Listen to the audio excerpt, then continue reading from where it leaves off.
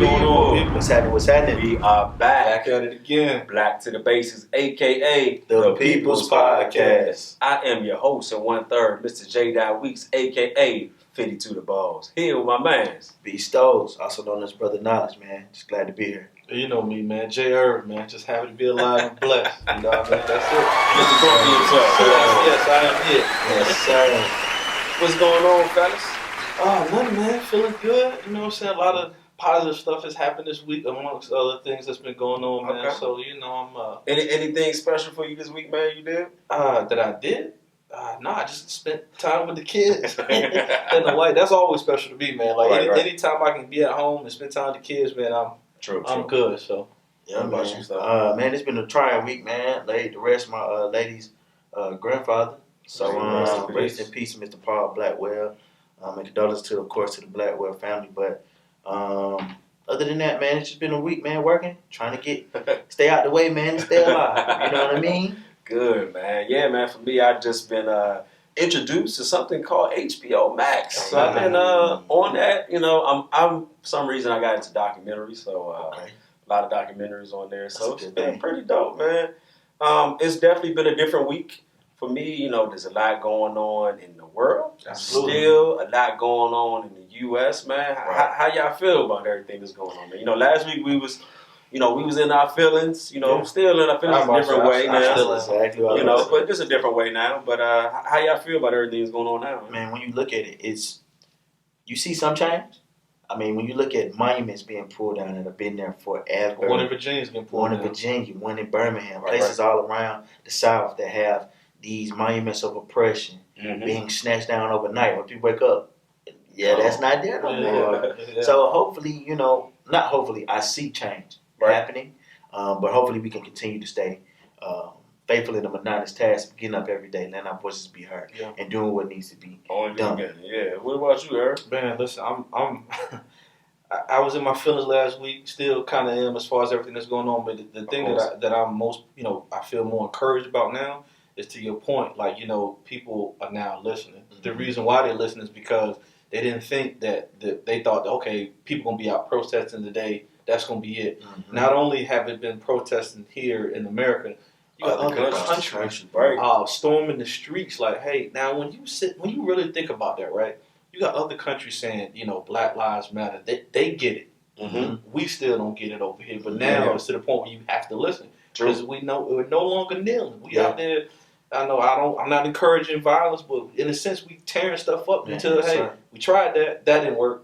Now you got to listen to us, man. So it's a good feeling, man. Yeah. I mean, I feel like now it's definitely I call it exposing season now. It is. Mm-hmm. Before you could kind of hide and not say nothing, but now companies, organizations, these big corporations, they got to speak. People that even if you look at social media, people that don't normally talk are saying things now, who own businesses. Mm-hmm. These corporations, I get emails weekly like, hey, so that we in solidarity with this. To your point, man, here's the thing with that, right? So I get it, companies, but I'm going to look at like Ben & Jerry, right? So they made a powerful statement. I saw that, right? Ice cream. I had to go back and do my history on them. Which they did announce their new flavor on the campus of North Carolina State University. But go ahead. Here you go. Wow. Anyway. Shameless plug. Shout out ACC. So I went back and did a little bit of research. Now, the owners and founders of Ben & Jerry have literally been down for the cause for a very long time, supporting, the Black community. So with their statement, I'm like, okay, this is a genuine statement. Now, all these other companies, I get it, but I was having this conversation, like, when you think about it, right, we always say we push the needle. Yeah. So who do you need to appease during these times? Yeah. Your customer base. Mm-hmm. So I encourage people, before you go out and say, oh, yeah, they invited to the cookout, they ain't this, that, do your research a little bit first and just find out kind of what they were doing before, their statement, and now what are they doing after the fact. You know what I'm saying? So But here's the thing about that. So the thing is, now is the time where you got to choose now. Yeah. It's like, it's not necessarily saying is it a black-white thing. It's saying, where do you stand? Right. It's like, you from the South. You know how it is to go to the creek and you start lifting the rocks up. You looking for everything. It's like now we leaving those stones unturned. So now it's a point where, okay, we need to see where you stand in this. Yep. And, whether, like you said, the sincerity of these companies are doing it is now you have to decide. People are saying, well, I'm not racist. Well, I'm not this, so I don't want to be labeled to that. So now you have to talk. So I do appreciate that now not only are people speaking these corporations, but our people. Yes. People who normally just post a lot of quotes or Bible verses are now speaking. They're using their voice saying, hey, this isn't right, or this, hey, have you checked out this? Check out these different things. I've seen more these last couple weeks, than I've probably ever seen. People, I'm like, well, when you start doing videos. Right. And now even like what I like that is pushing the needle for these influencers too, because you got millions of followers. So now they're like, well, where you stand in this? Yeah, use your voice, right? We've been buying your flat tummy tees and all your makeup and all these things. Like, what are you going to do? And I feel like the people that have been benefiting from our culture, and now you got to, what's up? Where you at now? Yeah, where are you now? Where's your voice? Silence says a lot. And so now it's getting us to that point. People love black culture. They don't love us. But they don't love black people. Right. And when you put that in perspective, these businesses like your wireless companies. Yes. You look at it took a certain company that I'm very familiar with. Mm-hmm. It took them almost a week to be able to put something out. Right. But there was certain emails that were sent up to those that are higher up from black leaders within the company to say, hey, something needs to be said. You have to. You think about if you look at Apple last week, you saw that statement that they did. They played, you press browse, they played music all the way through. Mm-hmm. We are the originators of sound, of beat, of all of that. So you have to give us our credit where credit is due. And when you, like you said, do your research on these companies. I haven't seen nothing from Levi's. I haven't seen nothing from certain companies like that. Mm-hmm. Because it's like, man, but you do the research on those companies, you find the truth about where they what come they from, are, what they stand for, who they align with. Yeah.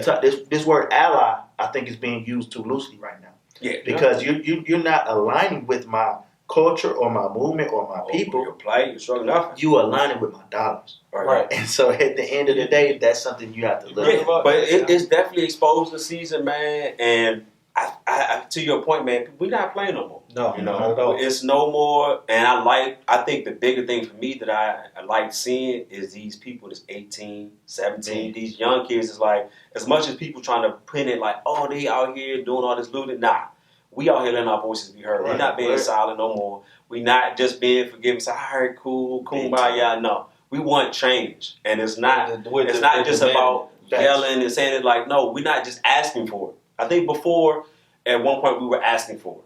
Now we demand this. Yeah. Mm-hmm. These are our expectations. This is what we are expecting. Because people are now understanding, whether you look at the protests in a positive or a negative way, the main thing that's constant is that people now understand the power that we have. Yeah. The power, because now you're getting these cases reopened that people thought that were going to just go away. Mm-hmm. It's a lot of stuff. We're making people nervous. We're making the right people nervous. You know what I mean? So, but here's the thing also with that, man. It's like people think that it's just about what's going on now. We got years of stuff that's really, it's from Emmett Till to even further back from slavery, like all back to the thing. So I enjoyed that, everyone is kind of using their voice and making it be known, even if it's saying, I don't agree with this. You're speaking. Mm-hmm. Now people are now forced to. You got to speak on it one way or the other.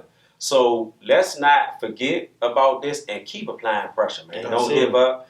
Don't stop posting. Like continue this because your voice is being heard. Yeah. So shout out to all those people out there making it happen.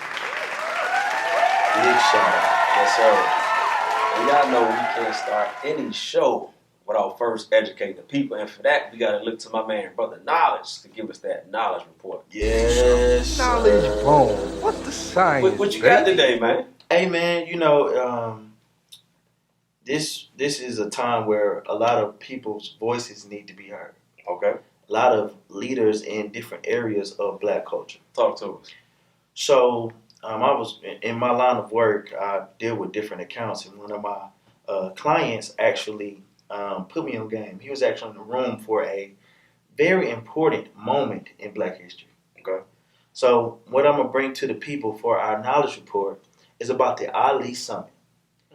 This took place on June 4th, 1967, in Cleveland, Ohio. This was orchestrated by football player Jim Brown, who played for the Cleveland Browns. Yes, sir. You have Mr. Willie Davis, who also was one of the orchestrators for it. He also played for the Cleveland Browns. Mm-hmm. And then you have Mr. Bobby Mitchell as well. So they'll also play for the Browns. They were all coming together to stand or get some great athletes to stand behind the person we know as Muhammad Ali.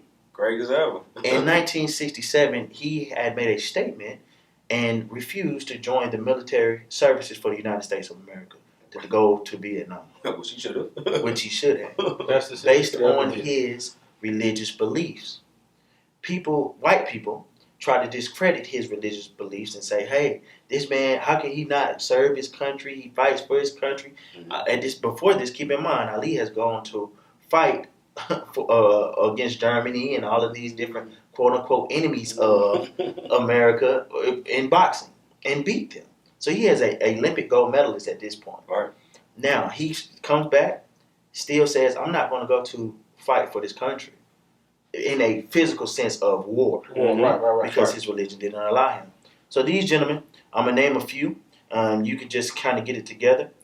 Jim Brown, once again, who was the NFL all-time leading rusher. John Wooden, who played for the Cleveland Browns. We have Dr. Walter Beach. He was also a Cleveland Brown as well. Basketball player Bill Russell. Oh, what? Yes, 11 championships. One of the GOATs, right? The first black man to ever coach a major American sports franchise, but also a great player at the time. Yep. So then you got Mr. Bobby Mitchell as well, who was a Cleveland Brown, like I stated before. Sid Williams, who is now the husband of Representative Maxine Waters. Yes. So Maxine? Yes. So that's her husband now. Wow. But at that time, he was for the Cleveland Browns. He played for the Cleveland Browns. Okay. Willie Davis. He was one of the best defensive ends to ever play the game. So he was there as well. And then you have Mr. Curtis McClendon, who was a football player for the Browns as well. Jim Shorter. He's in the Browns Ring of Honor. Mm-hmm. He was a receiver for them. Right. And Carl Stokes. I don't know if he's my cousin or not, but he was a political figure in Cleveland at the time. So when we look at this knowledge report, these men have all gone on to great things because they stood by, I forgot one great name, I'm sorry, Lou Alcindor. So people may know him now as Kareem Abdul-Jabbar. Right. So all these men stood together in unity and solidarity behind Muhammad Ali. This was the first time that they've ever had an image or even a sense of unity coming together to stand behind this black man who was going against a nation and everything that this nation was going for.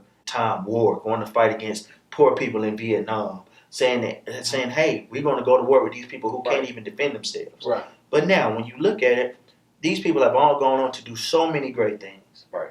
You look at Kareem Abdul-Jabbar, who was a college athlete at the time. He won 3 NCAA titles with UCLA. Mm-hmm. Comes to the NBA and wins 5 NBA titles. Carl Stokes, who stood in solidarity with Muhammad Ali, became the first black mayor of Cleveland. And he was responsible for the Cleveland Now program, which gave funding to impoverished communities around Cleveland. Wow. Jim Shorter, he ended up going into the Ring of Honor for the Browns, who for his, activism, but also his play on the field. You have Curtis McClendon, who went into the NFL Hall of Fame, but also serves as an economic developer in D.C. So a lot of the development that goes on in the urban communities, he's got his hand in. Okay. You look at Willie Davis. He owns All Pro Broadcasting, where he focused on getting black broadcasters into the spotlight. When you look at Sid Williams, like I stated, he's married to Representative Maxine Waters. Wow. Maxine. Exactly. And so he is the president of the Black Economic Union of L.A. When you look at Bobby Mitchell, he serves as the assistant GM for the Washington Redskins right now. So think about this now. Not GM, though. Assistant. Right. But he's still up in a high position of power as a black man. We look at Bill Russell, the first black man to ever coach an American sports franchise team, but the great Bill Russell, we understand who this guy was and his impact was. And then we have Dr. Walter Beach, national NFL champion. He won a few rings with the Browns. We look at he is the CEO of I Can, a nonprofit that is created for gang members that are looking to get out and make a change and get back. John Wooden, he is the player for he was a player for the Cleveland Browns, and he's the executive director of the Economic Union, the Black Economic Union. Of course, the great Muhammad Ali. The greatest. Nothing can say. We know you say that name, you name drop it, right? Yeah. And then you got Jim Brown. Yeah. He was the first president of the Black Economic Union. And I'm gonna drop this right here. These are the things that they stood on, and this is something we can take into our struggle today and the things that we're going through. Produce, achieve, and prosper. Produce by black people produce. Yep. Produce your own. Yep. Create your own. Yep. Achieve greatness and strive for that. And continue to prosper above all the obstacles that are in our way. I know that was a little lengthy knowledge report, but I wanted to make sure that everybody understood what that moment went for and how important that was, because it still is relevant today. Hey, we needed it, man. Shout out to a little fun fact, man, as far as like the Cleveland Brown stuff, man, if you never watched this movie, it's called The Express, the Ernie Davis story. Okay. You should check it out. I will. Check it out. It's funny that you're naming a bunch of Cleveland Browns players around that time. Yeah, it's good. So basically, the owner and GM of the Cleveland Browns were one of the very few owners that actually wanted to take in black African American players. Mm-hmm. So that's why you see those teams. But there's a scene in that movie where the GM from Cleveland, the GM for the Redskins at the time, were discussing who they were drafting. And so you should check it out. I'm gonna check that out. It's a great movie. It's on the HBO Max. Yeah, actually, it's on Stars. Okay, look. Yeah, man, definitely shout out to those gentlemen to able to come together. And usually we know Muhammad Ali, the greatest athlete ever, the people's champ. That's what we get. Clay. I'm called Clay. Exactly. There's a reason why we say the People's Podcast is because of Muhammad Ali. Yes. And just to see these fine gentlemen come together is amazing for it. But y'all know we always keep our ear to the street. And for that, we got to look to my man, Jay Ernie, give us that word on the street. 4, 3, 2. Trying to bring something today. What you got, man? Man, I was trying to find anything that didn't have the word COVID-19 in it. I actually found some very inspiring story, man. So shout out to Miss Vivian Fisher of California. She's finally achieved her dream after she recently earned her high school diploma at the age of 98. Oh, wow. Okay? Never too late. Right, never too late. She was one of the graduates at Monrovia High School's class of 2020. She also was joined by her great-grandnephew, Elijah Vance, who also graduated in the drive-through ceremony, right? She was not able to graduate decades ago when she was younger because she had to work multiple jobs to provide for her family. Fisher, whose father was the first black graduate of that same high school and the first black police officer in the city, was proud to have been able to keep the legacy of her family. Her words were, "Stay in school and be somebody. Being a nobody, anybody can do that." So shout out to her. Great achievement. You know, like I said, it's never too late. You know what I'm saying? So I thought it was we got to give us a love. Right. I thought it was a great story. And then she actually graduate with, a great grandnephew, That's amazing, man. Absolutely. It just shows you that it's never too late. And, a lot and that's not uncommon. Right. I know my grandparents, same thing, had, my grandmother had multiple siblings and, somebody had to work. Yep. So it wasn't always as easy for us to achieve that education. So to be able to go back and still to at 98, that's dedication right there. That's fortitude. No, that's no excuse right there. Right. So there's no excuses out there. If she can do it, anybody can do it. So all y'all young minds, stay in school and make it happen. Right. Education is key. So shout out to we gotta give a love to education. Just education as a whole. Education and the educators. Yeah, pay your educators. That's real. Everything going on. But today is going to be every day is special that we wake up on God's green earth. Absolutely. But today is going to be very unique. I'm going to tell you guys a little story. Or I should ask you a question. No Webster's? No Webster's today. You guys are both, sports guys. I'm not the sports guy. These are sports guys here. Have either of you ever rode the bench or been on the bench playing sports? I can't even. I know you were.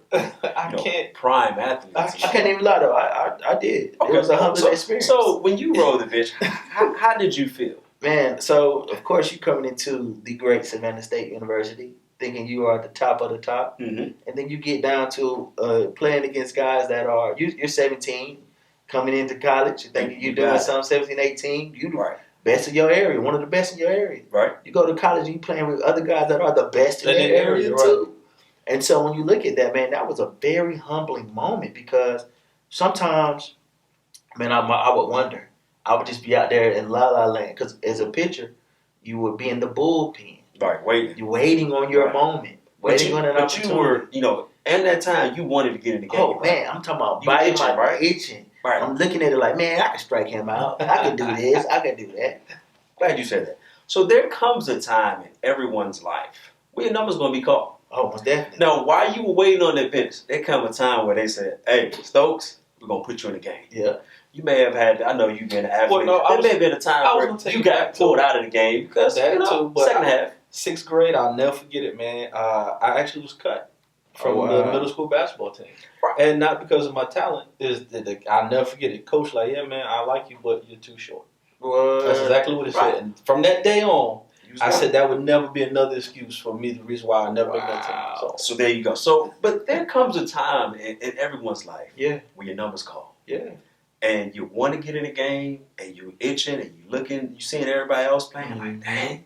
And not only in life, there comes a time when you're working a job. Almost. I've been doing my job for years. I see this gentleman over here, he just getting in. He does less than me, and I know I'm way more knowledgeable than him. We know how that works.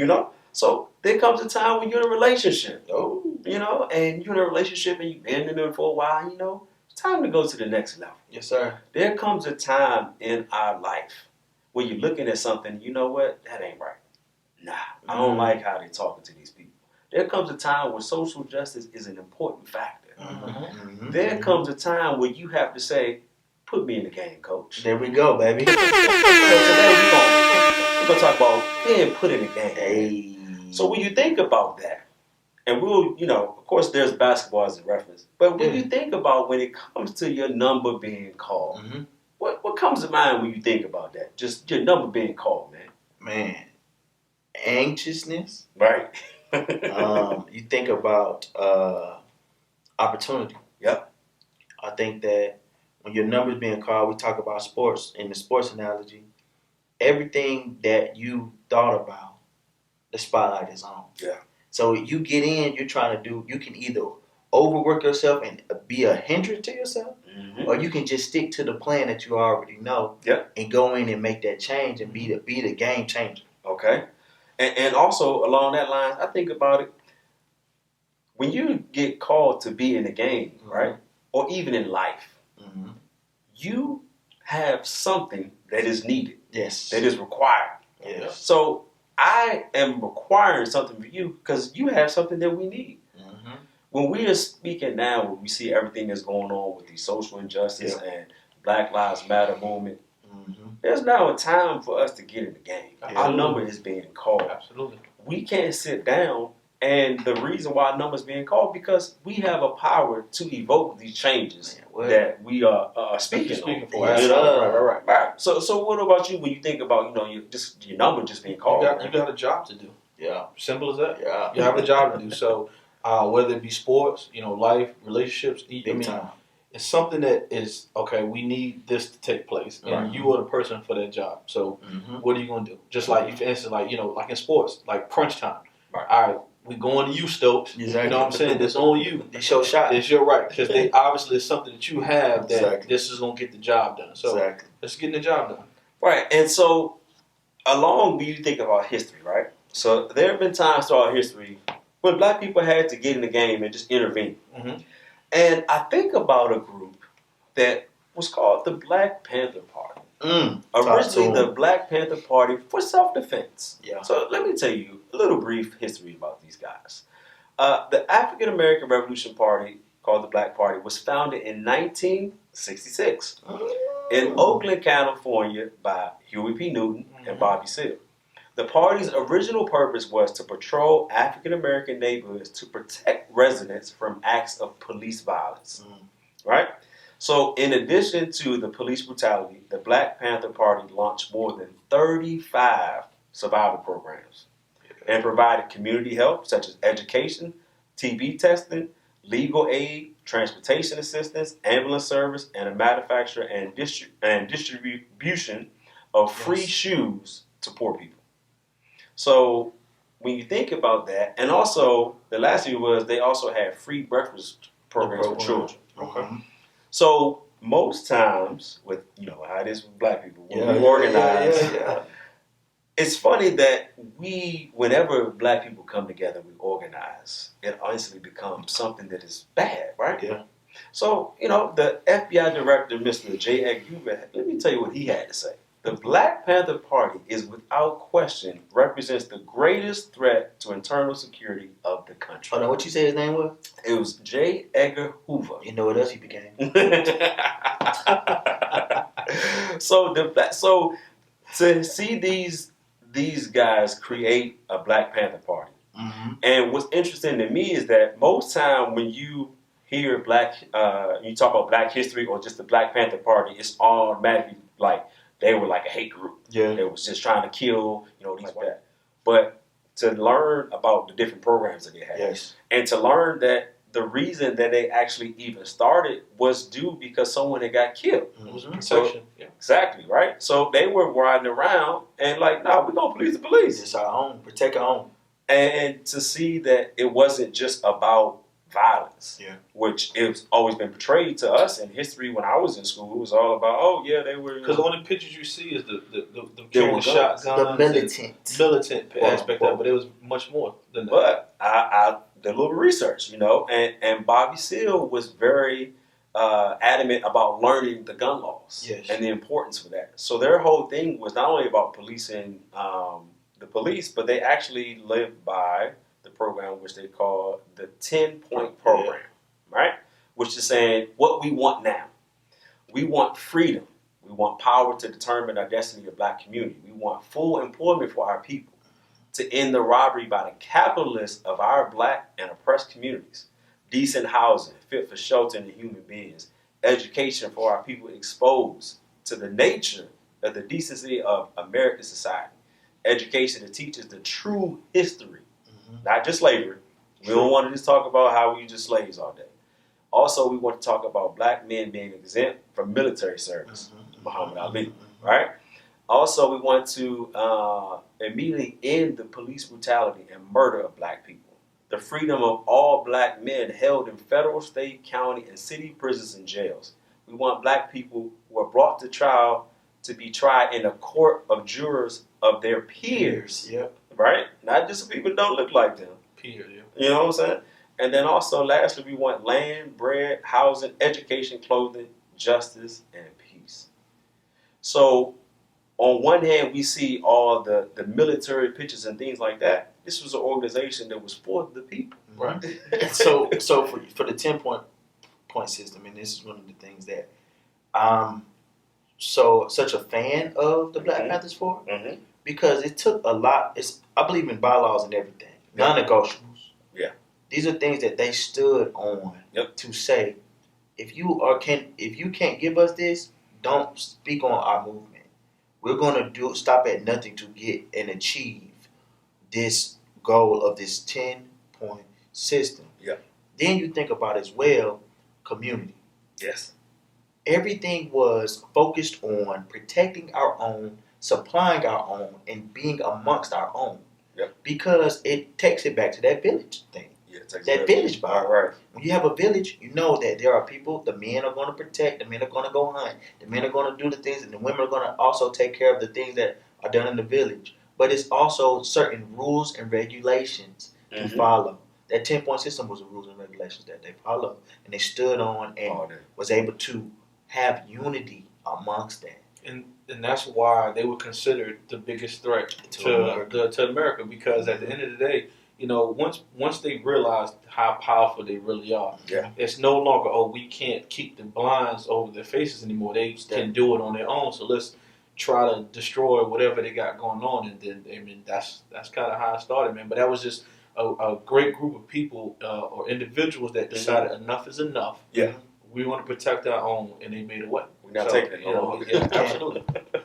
Absolutely. So my question now is, have we been silent for too long, or is just our voices not being heard? I'm gonna go with we've been silent for too long, and I want to bring up a certain individual. You may know Colin Kaepernick. Yeah. So just for the people that don't know, just a little bit of history for him. So back in 2016 season, Kaepernick started kneeling. Not kneeling, sorry. He was sitting on the bench during the Star Spangled Banner while it was being played, right? Mm-hmm. He was doing it. Nobody said anything. Didn't even question it. During the interview, a reporter asked why was he doing it. And he simply stated that I'm not going to stand up and show pride in the flag for a country that oppresses black people and people of color. Yes. So not just black people. Mm-hmm. This is bigger than football, and it would be selfish on my part to look the other way. Yes. Now all these other questions, well, what's going on? Why are you doing this? Why that?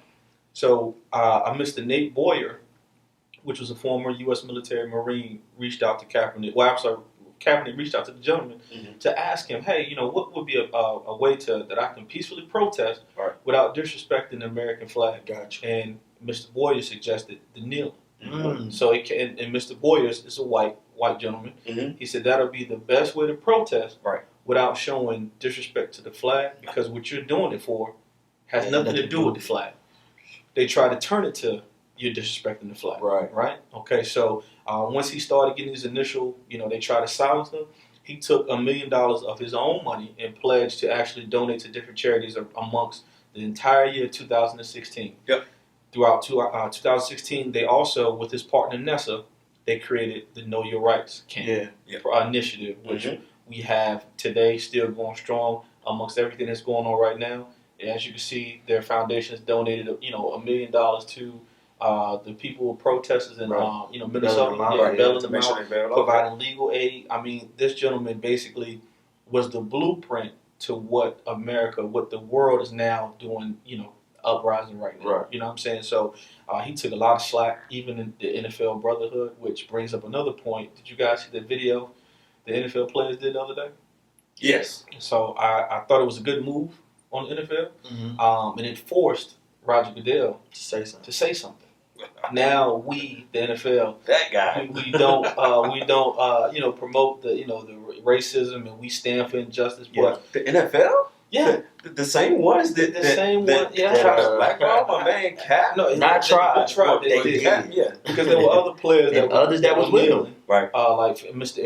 Eric Reed, safety that plays for Carolina. Yeah. He was one of the brothers that was with him from the beginning, and to this day still with him. Mm-hmm. And he got a job back. Right. You know what I mean? So I think still made his voice be heard, and he stood on that. Kaepernick's been very silent. You know what I mean? But his actions now are speaking for themselves, which he should have much louder. So I think we have been silent for too long, and I think the world owes that man an apology. You know what I'm saying? Mm-hmm. Everybody that looked down on Colin Kaepernick because he had the foresight to know, hey, this is a problem in the community. In my community, I want to do something about it.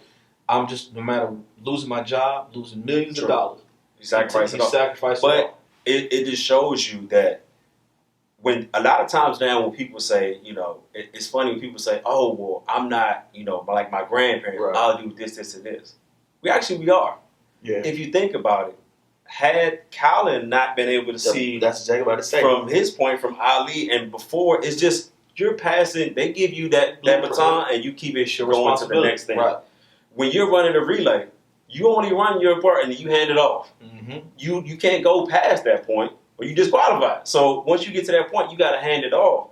So had you had these people from before, and Ali's, and them speaking up and making to that point, it would push it to this. And you just said a lot because that started a trend. Yeah. The Ali situation from the Black Panthers all the way up to now. You look at the Black Panthers being created in '66. Yep. You look at Ali doing that in '67 with that Ali Summit. Right. You look at the 1968 Olympics with the fist. With the fist, right. And so showing that unity and solidarity amongst years, right? So we talk about not getting weary in good doing. Mm-hmm. These people were making a statement and continue to stay steadfast in the fight for justice for their people. Absolutely. And doing it on the biggest stages. Kaepernick did his on the biggest stage. He took a play out of all of their playbook and said, "Hey, I will be the martyr for this to start a trend." But and they had to deal with the same thing when they put the black fist on with the gloves. Yes. And, it's about this. It wasn't about that. the Black Power movement was about empowering us. It was about having a power saying, no, we're not going to take it. You know what's crazy about we're not going to take it. And I don't know if you remember Brandon Marshall, the wide receiver that used to play for the Broncos? Yeah. Big Brandon Marshall. Big Brandon Marshall. Right. It was a game, I'll never forget it. It was on Sunday Night Football. They were playing, I forgot who they were playing, but he went to scored a touchdown. He had a black glove. And he pulled it out, and one of his white teammates ran over to him. I can't remember the receiver's name. Ran over to him, was like, "Nah, dog, this ain't the time."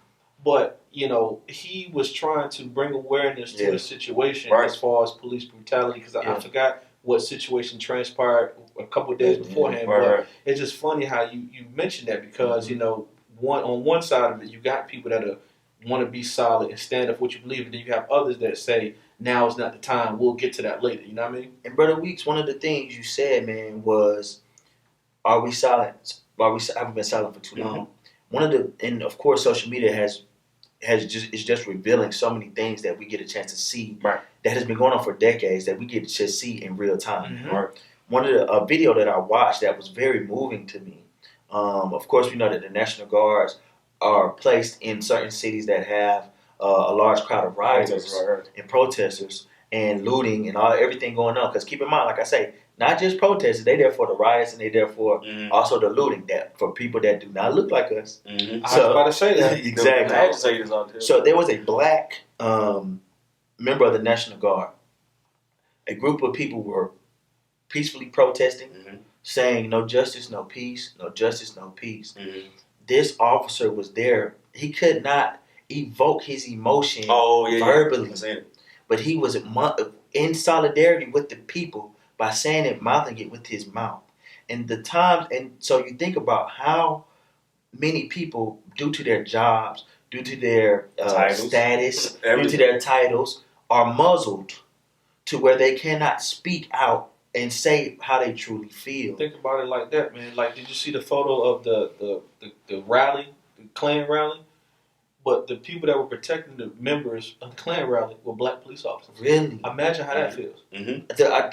This just recently happened, right? I don't know if it recently happened. I just saw one of the photos. I've been seeing different photos. So many right now. Yeah, exactly. But it's like, imagine, to your point, as far as have we been silent too long? Now, I get it. I understand you got to have a job. But, man, I don't know if I could do that. You know what I'm saying? Enough is enough. Like, y'all literally have people behind me saying what they saying, and I'm in charge of protecting the very people that would take my life in a minute if they could.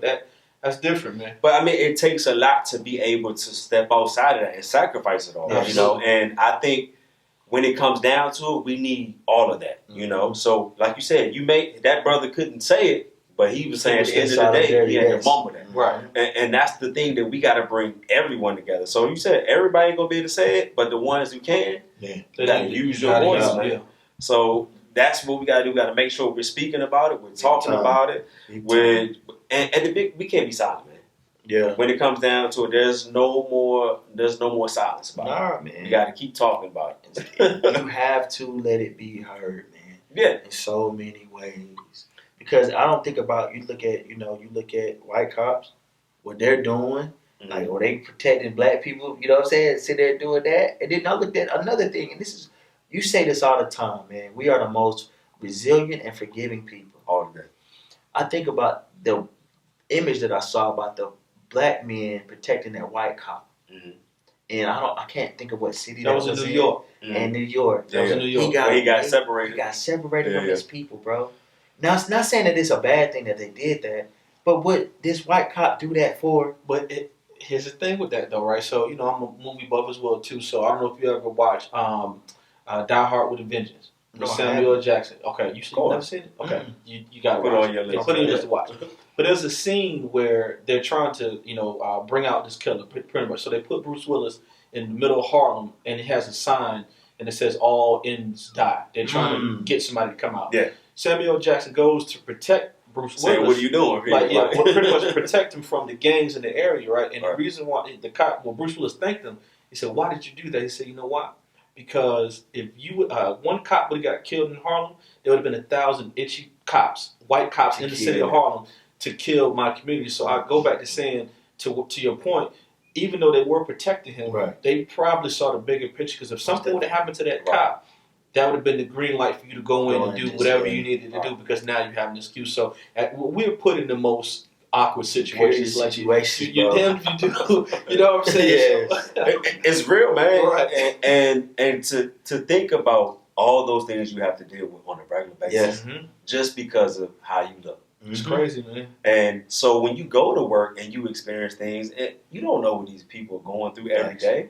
So to see all these people experiencing these different things, and you got all these people this and that, it's like, no, man, we need our voices to be heard. Right. So I'm glad that people are speaking, and we need all of it. Not just the people, like I said, the protesters. We need the people that don't ever go protest, but they're going to post on social media. Exactly. So all the grandmas that be sending the Bible verses and all that, we thank y'all. We need all of those elements of it.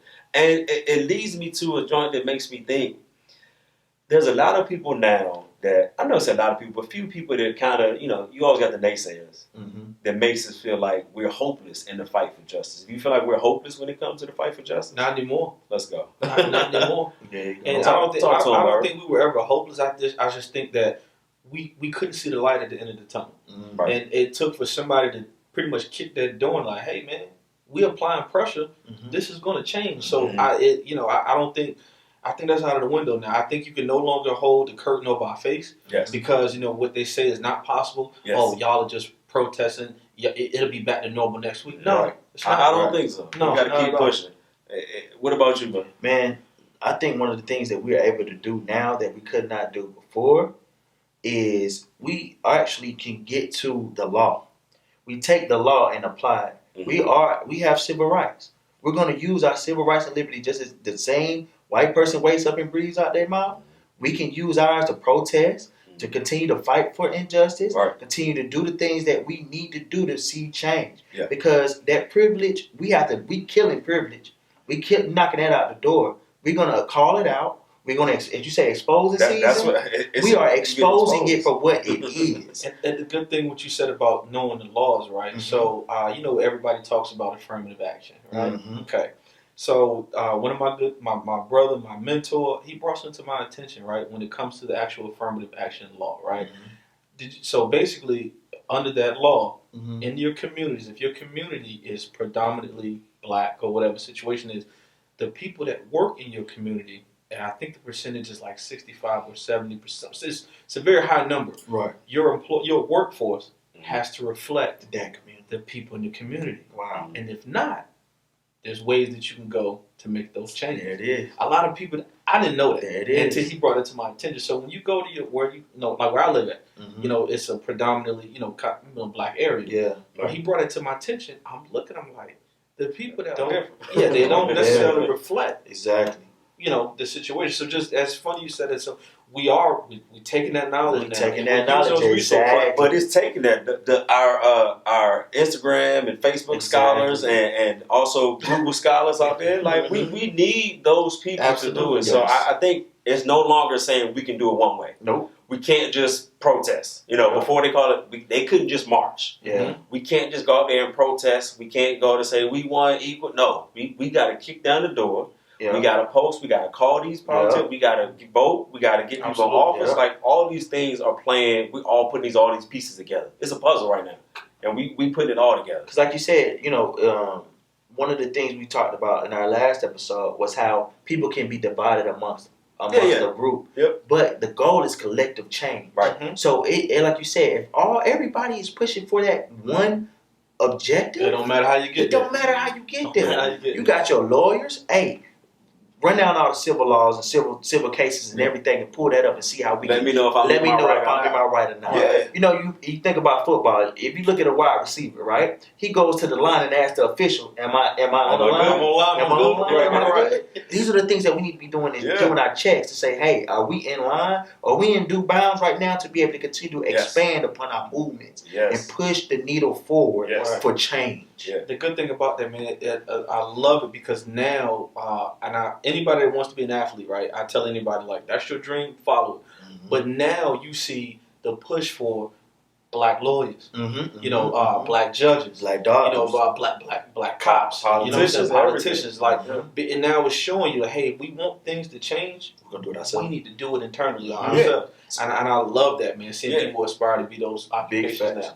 I agree with both of you, man. We're not, when it comes to it, we're not hopeless in this fight. But like you said, you have to understand your grandparents, your great-grandparents, they fought for us to be here, to keep going. Exactly. We can't let them down. No. We got to keep pushing this needle. No. We got to keep driving because guess what? Our kids are going to keep pushing the same way forward. So definitely keep pushing, man. We're definitely not hopeless in this fight, and we got to keep it moving, man. Yeah. But it's disheartening sometimes when you first see it. Like people are like, well, ain't nothing going to change.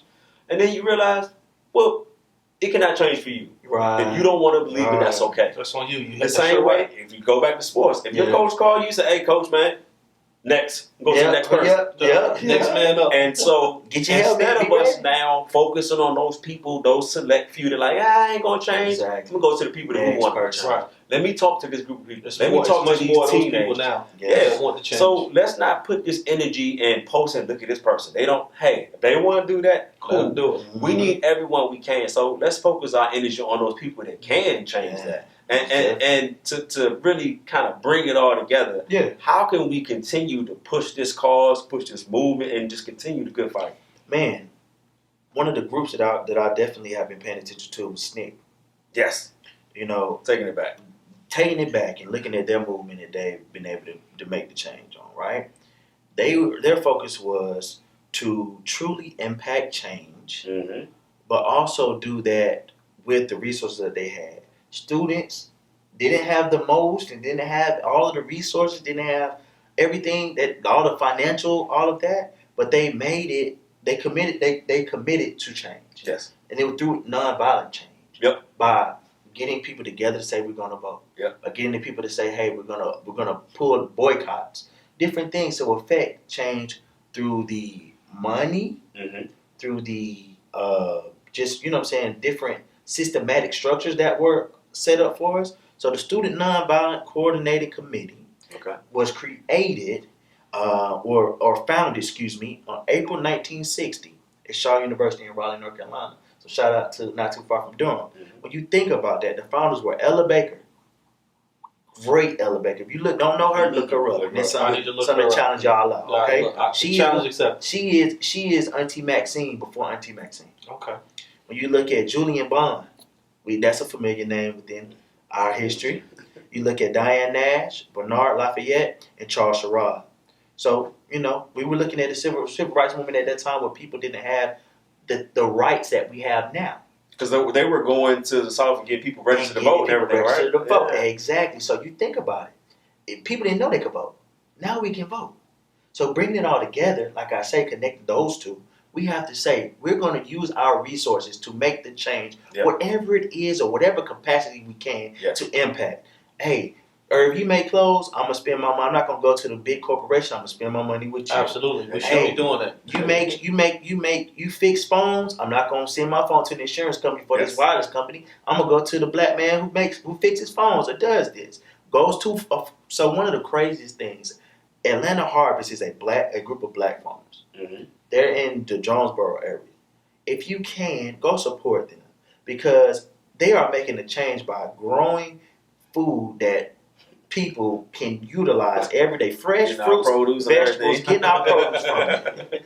I ain't eating no strawberries no more, okay? But nah, I got you. I saw that video, man. I know what that said. I'm going to support my people. But support. That's all I love to say. But at the end of the day, we just have to continue to use the resources that we have to make the change. Whatever resources. I'm all about stretching them eggs. And in this day and this time, we have to stretch our eggs because we are all still, one thing about it, two things for sure, bro. A pandemic is still going on. Not just a racial pandemic, but a health pandemic. Right. Everything, the world right now is going through crisis. And we have to just use our resources to stretch them eggs for social injustice and to make change for what's going on right now. Yeah, stretch some eggs, man. But man, you said a lot, man. We gotta keep pushing the needle. We gotta, and it's okay even for me. There's been things I'm not educated on, and I'll go look it up. Yeah. Now, if I see that you're pushing something and I may not be well versed on that, hey, tell me a little bit more about that. So don't be afraid to say, I don't know what to do. Right. You can go on there now, ask Facebook, hey, I want to get involved in this. What can I do? Open the resources. You know, now people can, hey, go here, go this, go that. So utilize all of these things. Let's continue the good fight. More importantly, let's use the thing that everyone uses every day. This technology. Yes. Right? Technology. No more we have to sit there and talk about all this crazy stuff we're talking about. Let's talk about how can we get these equal rights? How can we get this social activism going? How can we get everything noticed? Use these platforms that you have with this social media to speak to the people, unify the people. Right. Get out in these neighborhoods, tutor kids, like get people educated, get excited about things. Let's use all these resources. You said tutor the kids, and those are the things, and this is crazy, right? I mean, it's a small thing, but people don't even take that into consideration. Level. They're the next leaders. They're the next people to be the ones to fight with the baton and run with the baton. Right. Gotta keep them strong, man. Getting justice, man. Because even like, how old are your daughters? So 9 and 7. One is going to be 9 and then 7. Right. 2 more weeks. Right. And then mine 10 and 6. Yeah. I got a 7 and an 8-month-old. So I'm saying, imagine if our children now can have the knowledge that we are now obtaining at that young age. Imagine how much further they're going to push that needle like that. A lot of stuff that's happened, it won't happen because you'll see it coming. Right. My parents have been through this. Right. Yeah. We know and look how smart these kids is now. Your 8-month-old probably can use a tablet and everything now. She recognizes TV. You see what I'm saying? So it's like we got to use that to our advantage, man. Right. And I'll go ahead and let you close this out with it, man. Man, I say just any type of change is needed. And also, too, when people are thinking outside of the box, right, when it comes to change, your first instinct should not be to laugh at them or make a mockery of the situation. I'm going to bring up a point. Remember LeVar Ball?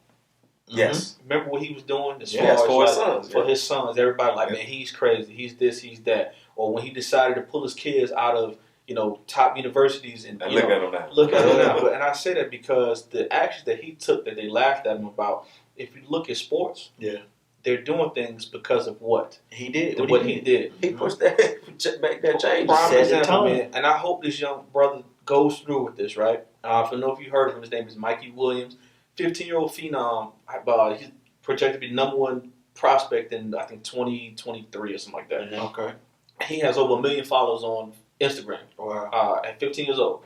He made a post the other day and it said, going to HBCU doesn't seem like a bad idea.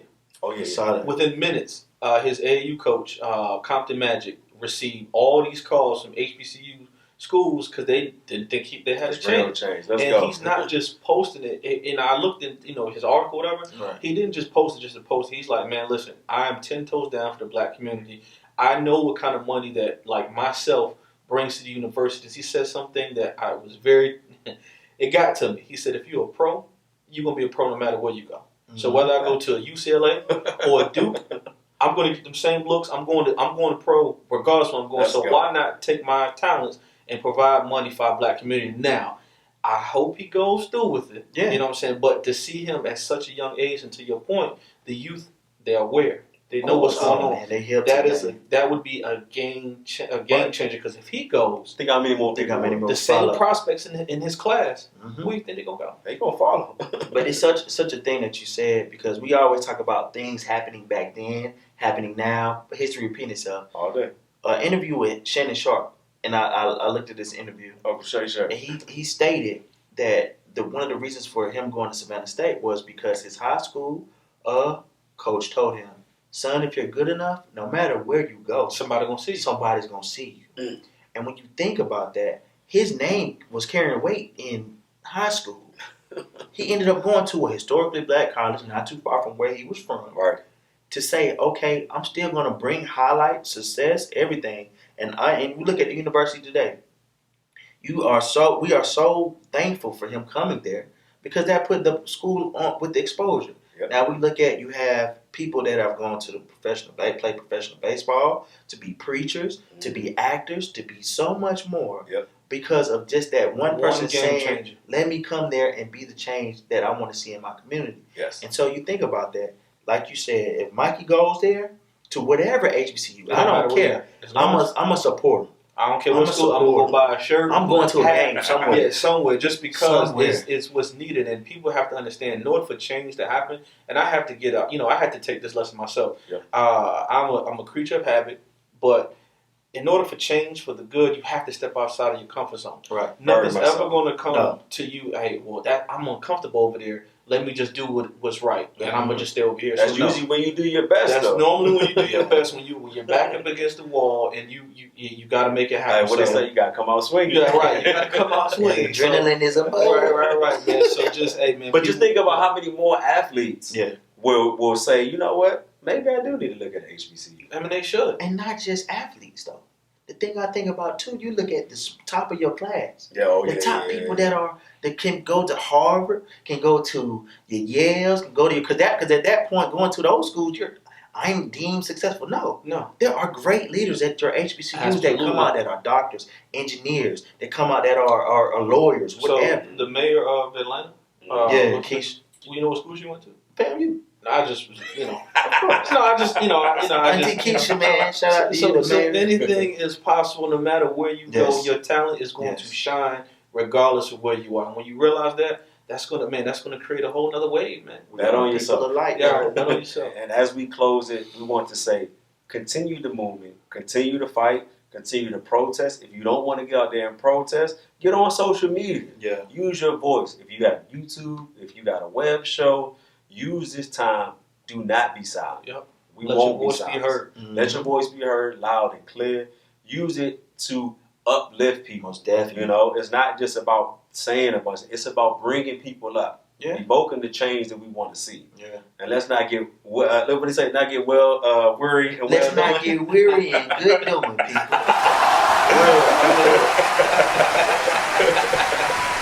I hear it. And now the time has come for my absolute favorite part of the show. Tell us why you're mad. But I'm going to tell you why I'm mad. You know what I'm saying? I'm going to tell you why I'm mad. I'm going to tell you why. There's so many things why I could be mad right now. But the one thing that sticks out is the all lives matter piece. Yes. I hate seeing it on the post. I hate people saying or justifying, well, it's not about black lives, it's about all lives. But here's the thing, right? Mm-hmm.